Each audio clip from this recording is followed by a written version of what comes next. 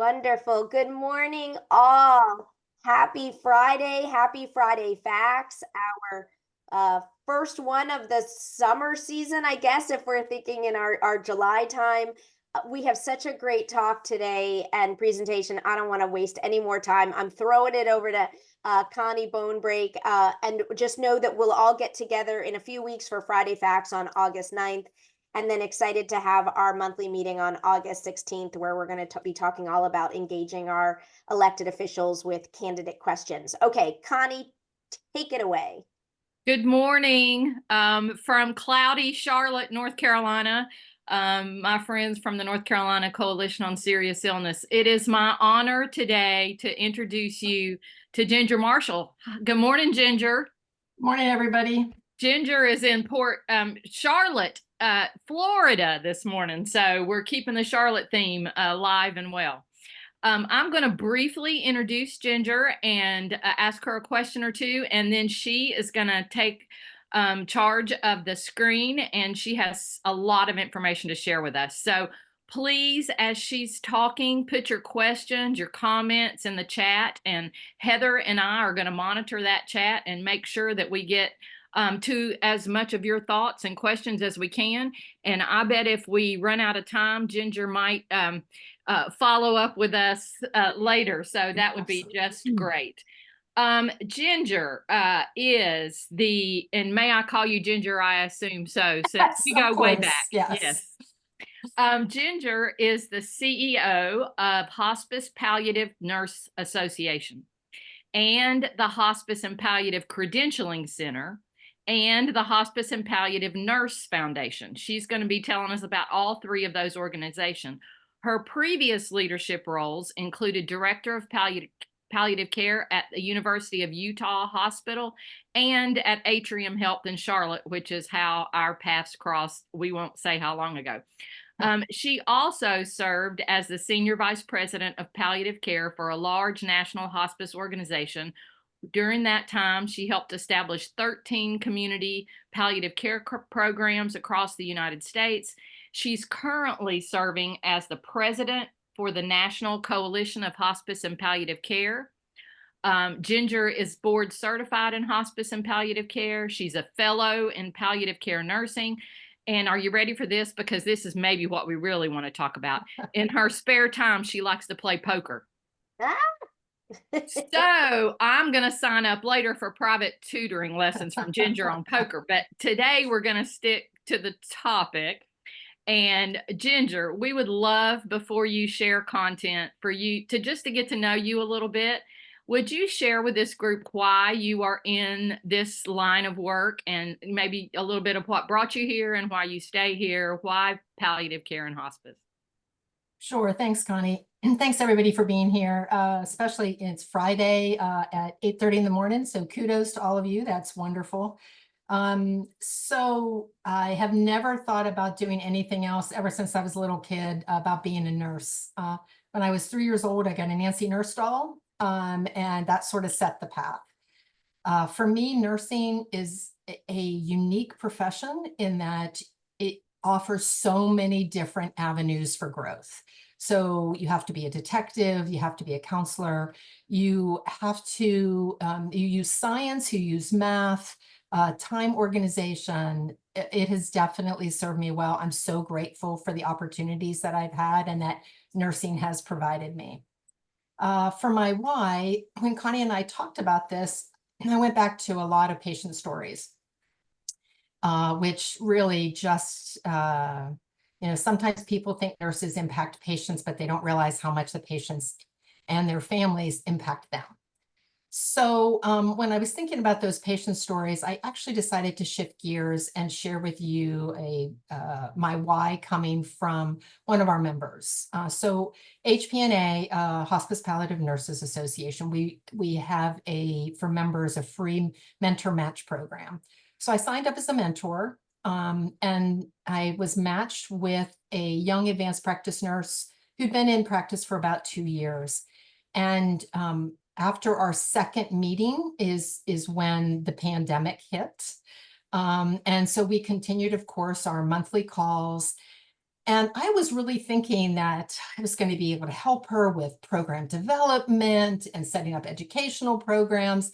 And it became very apparent to me that she really just needed someone to debrief with what's going on in her world of the pandemic.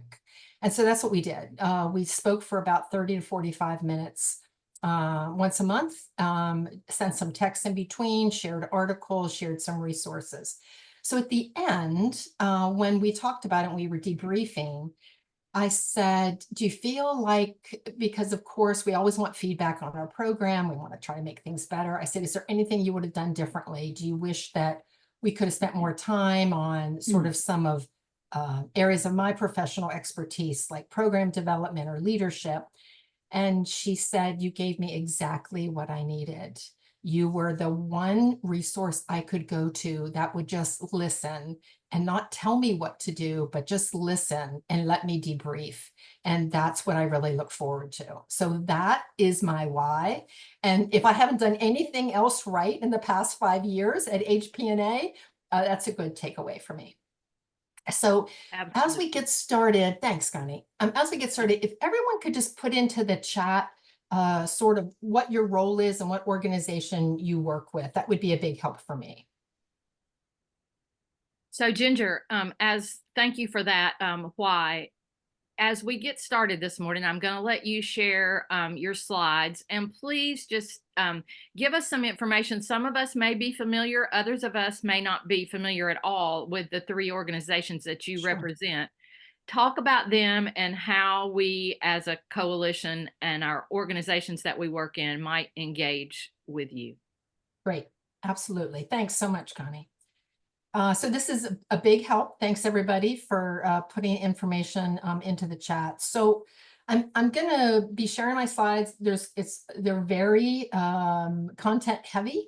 I'm not a big fan of reading my slides word for word because I'm assuming you all can read given where you are right now in your careers. So, and Heather, I see that you're not a blackjack player, but you're a blackjack player, but not a poker player. So poker is, Dave, my husband and I, Dave, have been playing poker for about 15 years now. So far this year, I've made about $6,000 in tournaments. Last year, I made about $10,000 in tournaments. The best thing for me about poker is when I'm at the poker table, I can't think about anything else. I'm reading tells, I'm looking at pot odds, I'm doing calculations, trying to keep an eye over sort of what my ratio of how many chips I have left to everyone else's ratio. So I can't think about schedules or budgets or HR issues or anything else. So it's a great release. We also, I teach every year a course on poker and leadership, which I'll send you guys more information on if that's something any of you would be interested in. So, okay, I'm going to go ahead and share my screen. Please, as Connie said, put questions in the chat, raise your hand, do whatever. This is really informal. I want to be able to answer questions. And this is really to give you information about resources. I am not here as a salesperson. So again, let's see, I'll go ahead and get started. Okay. I want to make sure everyone's seeing what I'm seeing. You're looking at a slide that has sticky notes on it, correct? All right. So the sticky notes here came from a conference in 2020 that we did. Actually, it was 2019 that we did. And we put up a big board in our conference walkway and said, basically exactly as we started off the talk, what is your why? Like, why are you a hospice and palliative nurse? And these were the actual pictures of the stickers that were up there on the board. Okay. So these are the 3 organizations that I am responsible for. The first is the Hospice Palliative Nurses Association. It's a membership association. We offer support to hospice and palliative nurses through education, through advocacy, through research, and through leadership training. We have currently about 8,000 members. We've been in existence since 1986, and we are a 501c6. Next is the Hospice and Palliative Credentialing Center. This is the organization, also a 501c6. in which we offer credentials to the hospice and palliative nurses as well as social workers. So advanced practice nurses, RNs, LPNs, nursing assistants, pediatric nurses, and social workers. And then the last column you see is the Hospice Palliative Nurses Foundation. This is our 501c3. It is a nonprofit, of course, organization where we raise funds to help support educational programs within HPNA, as well as we give out numerous scholarships for certification, for education. And very happy to share with you that about 3 weeks ago, we were fortunate enough to get a $1.2 million grant, largest grant we've gotten since I've been with the organization. Okay, so why should this presentation matter to you? I know I am preaching to the choir when I look in the chat and see what your responsibilities are. So we are all very familiar with the nursing workforce shortage. As you can see there from the data, to me, one of the scariest ones is the second bullet, where almost a fifth of our RNs in the United States plan on leaving the workforce by 2027. I think our specialty, hospice and palliative nursing, actually took a double whammy hit on this, because if you think about it, the first hospice was established in the United States in Connecticut about 50 years ago. And so that means that the nurses who got on board with hospice and palliative care at that time helped to start those programs. And then where palliative care grew out of that about 20 years later, so palliative care, the way we know it today, is about 30, 35 years old. And the nurses who helped to start that when they were in their 20s or their 30s, they're all retiring now. And I know this personally because I keep getting retirement notices from friends and colleagues. So again, that is especially hard for our organization. We did a recent, had a consultant come in looking at our membership, doing interviews, and when asked, if you decide not to renew your membership for HPNA, why would that be? And they said, I'm retiring within the next 2 years. I'm getting out of nursing. I can't take the stress anymore.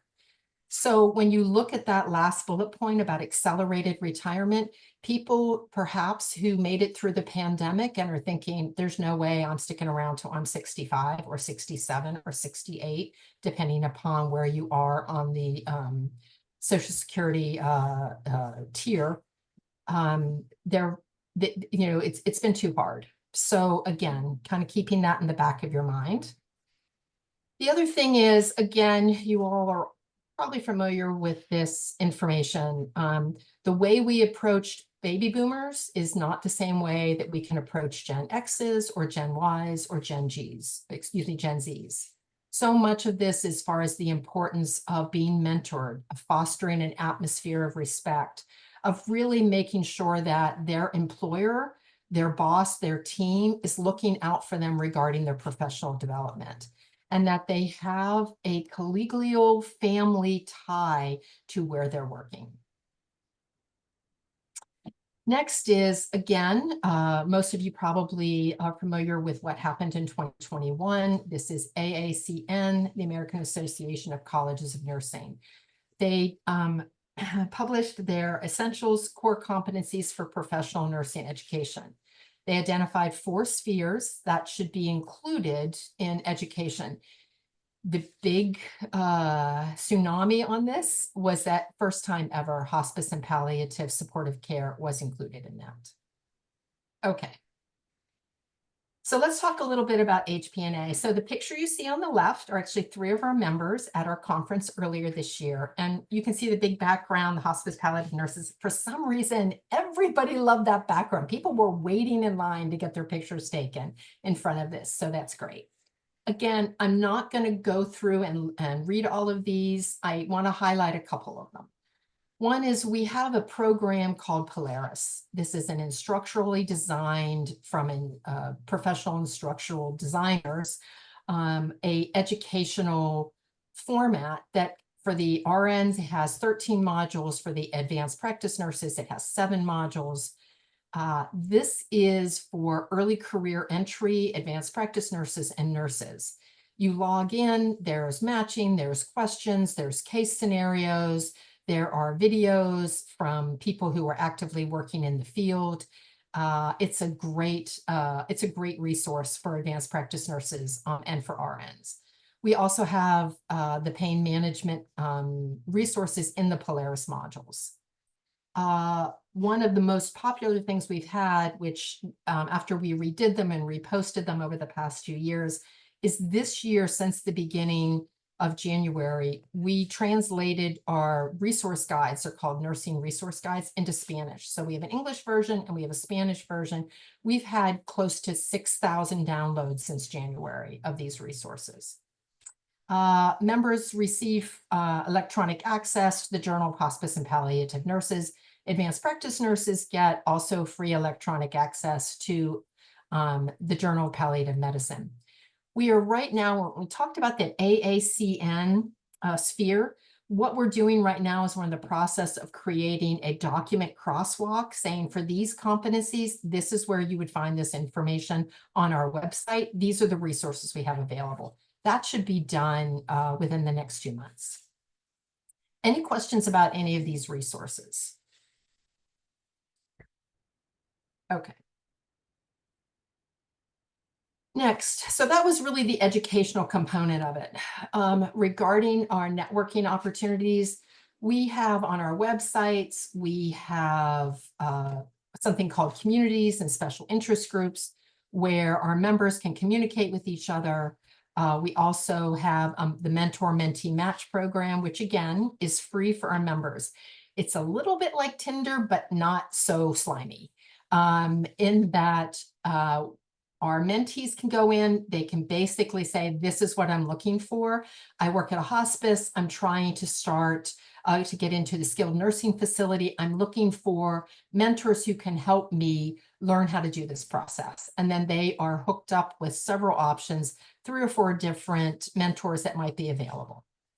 We also have a fellow designation program, which means a hospice or palliative nurse who has really done significant work in advancing the mission of the Hospice Palliative Nurses Association, as well as our specialty. There's an application process that goes through, and then they are awarded the designation of fellow. We also give out numerous HPNA awards. About 3 years ago, we hired a health policy specialist. We also have a lobbyist in DC. Our health policy specialist, Sarah Potter, has done a great job, created this on-the-fly education that's downloadable and free over how you basically advocate legislatively for hospice and palliative nursing. We also work closely with the Nurses Community Coalition, which is an organization of numerous nursing associations, again, all trying to bring our voices together against legislative issues. Earlier last year, beginning of January, we started an advocacy drive for what's called the ICANN Act, which would actually, one of the components of that would allow advanced practice nurses to certify patients for hospice, which would be huge because right now advanced practice nurses are not able to do that. We also started a DEIB task force 2.5 years ago that then transitions to a DEIB committee. Phenomenal work that we've done in that we have a designated web page specifically for that. Spent a lot of time developing something called a DEIB, and it's diversity, equity, inclusion, and belonging. And the style guide is really downloadable. It's free. Several of our corporate partners have said it's been a huge help for them in developing education and also developing part of their orientation program. Okay, so now we're going to switch gears and we're going to talk about the Credentialing Center. So these are the exams that I talked about. The social work exam here, we brought that on we've had it now for about 1.5 years. Again, these are the certification exams that are offered. Probably about 12 years ago, I served as the president for, at the time was called the National Board for Certification of Hospice and Palliative Nurses, which the name changed to a much easier HPCC several years ago. Okay, what a great picture for this group. So these are pictures of board certified advanced practice nurses from Charlotte, North Carolina. Connie, you probably recognize Nikki Kessel, Beth Martin, who, were also a part of the Atrium team. So 2 years ago, not only do we offer exams at testing centers where people actually have to go into like a testing center, like where you would take an SAT test, you could also take our exams there. But what we heard was this is really difficult for certificates who live in a rural area. So we created says remoted, it should just say remote proctored exams. So these remote proctored exams, you basically can take the exam in your own home. There's lots of little hoops you have to go through, have to make sure that your Wi-Fi is at a certain speed. You have to make sure no one enters the room. Really can't have distractions like dogs or cats sort of wandering around in the room. Some of our corporate partners actually designate one room within their facility for their nurses, nursing assistants, social workers to be able to take the exam in that one room. We work really closely through the Employer Partner Program with our partners, making sure they know this is what has to be done, kind of giving them suggestions on the best way to set up that room. We also heard it's hard enough when you don't pass your certification exam, which is tough, and it can be a big hit to your ego and your self-confidence, but then to have to turn around and repay that cost again 6 months later to take the exam. So we created a program called Retest Assured, where if candidates don't pass the first time, they can take it again at a much significantly lower rate. Recertification, our board is dedicated to, if you're going to carry a credential and you're going to carry it onward, you really have to have evidence that you are using that credential, that you are furthering your education and your professional development. Our certification exams are for entry certification exams. So to offer the same exam every 4 years for people who have been practicing in the field for 15 years really does not attest to what their expertise is, which is why our recertification for nurses, for advanced practice nurses, require evidence of professional growth, presentations, mentoring, and continuing education credits, also called NCPDs. And then right before we get to the question slide, this is about our foundation, because no good CEO would be able to get away without teaching you about our foundation. So again, our Hospice Palliative Nurses Foundation, we provide educational scholarships, both for certification, for education, for conferences. Also, we work with Sigma Theta Tau on a research grant.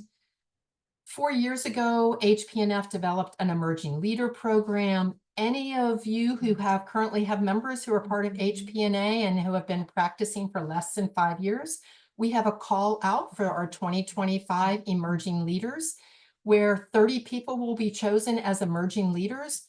We hook them up again with, bring them in, introduce them to legends of the field through our Florence Wald Champion program. So we will have a get together with our emerging leaders, people like Pat Berry, Betty Farrell, Patrick Coyne, to be able to, again, give them the support that they need and the recognition. What we do is when the emerging leaders receive this award, we actually do it virtually, and we encourage them to invite their team, their family, their siblings, their spouses. And then we have this gigantic, big virtual webinar congratulating them, awarding them, reading their names. It's a lot of fun. And then the last thing I want to make sure, and I'm going to actually see what I'll do is when I get done with this, I'm going to go back up here. I'm going to put this link into the chat.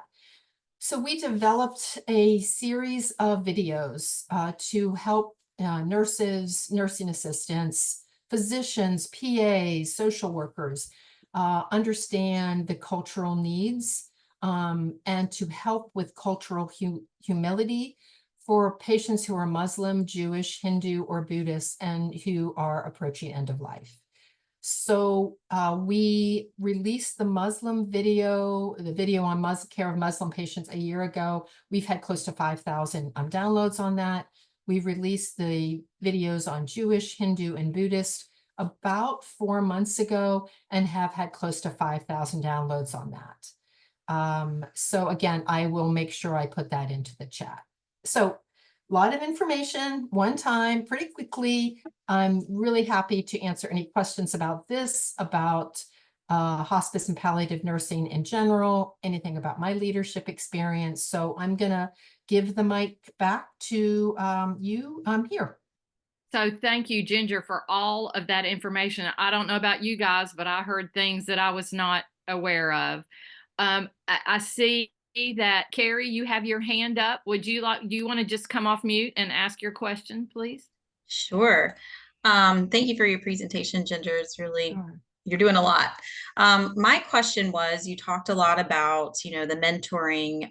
Were you guys able to see the impact in terms of having mentors and how that impacts the overall turnover and the expected number of nurses that are supposed to leave the field? Yeah, it's a great question, Carrie. So one of the biggest challenges with our mentorship program, it's the best kept secret that we have. So we have had 30, and we started this about 2 years ago. We've only had 30 people graduate from as mentees from the program. We keep coming back to, all right, what's the why on this? Like, this is free, it's fail. And what we've heard from some of our exit interviews about mentees leaving is even though it's only 30 minutes or 45 minutes, it's like one more thing to do in my schedule. And so that was a piece of it. However, some of our new members had no idea that this existed. So we got a grant earlier this year to really focus on advanced practice nurses, specifically advanced practice nurses who are dealing with what I call a team of one, where they're it. Like, they're an advanced practice nurse. They're the only one, and they're running the palliative care program. So we've set up billing classes. We have done, I sent out over 150 emails to some of our new members. We've set up mentoring, introduction to our mentor match program, which we, since that time, have had an additional, just 2 months, additional 10 people show up. So again, it's, I would love to be able to tell you that we have had thousands of people going through our mentor program. It hasn't happened yet, but I do feel it's like that starfish story where you're walking along the beach and you see a starfish and you throw it out into the ocean, and the person behind you said, well, you're not going to be able to save them all, but oh, I saved that one. So yeah. So hopefully I'll be able to come back to you, Carrie, in a year's time and say, look at this great data that we have. So that would be great. Thank you. Sure. Go ahead, Connie. I was going to say, Ginger, while we have a couple minutes left, you want to give a plug for the September event? Yes, thank you so much for reminding me. So we have a hospice and palliative care conference going called the Team Conference. It's going to be in Baltimore at the College of Nursing. It's early bird special right now. It's only $375 for 14 NCPDs. We have, and what I'll do is I'll send the link out to Connie and she can send it out to everybody here.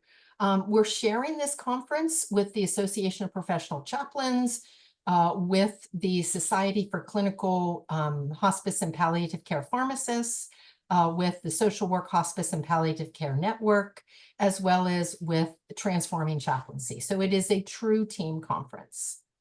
I do want to address just one thing from what Marcetta put in. Absolutely right, Marcetta. Representative Blumenauer has a bill in progress. We have commented on the bill. We have sent our own letter to Representative Blumenauer. And I actually had the privilege of meeting him and about last year.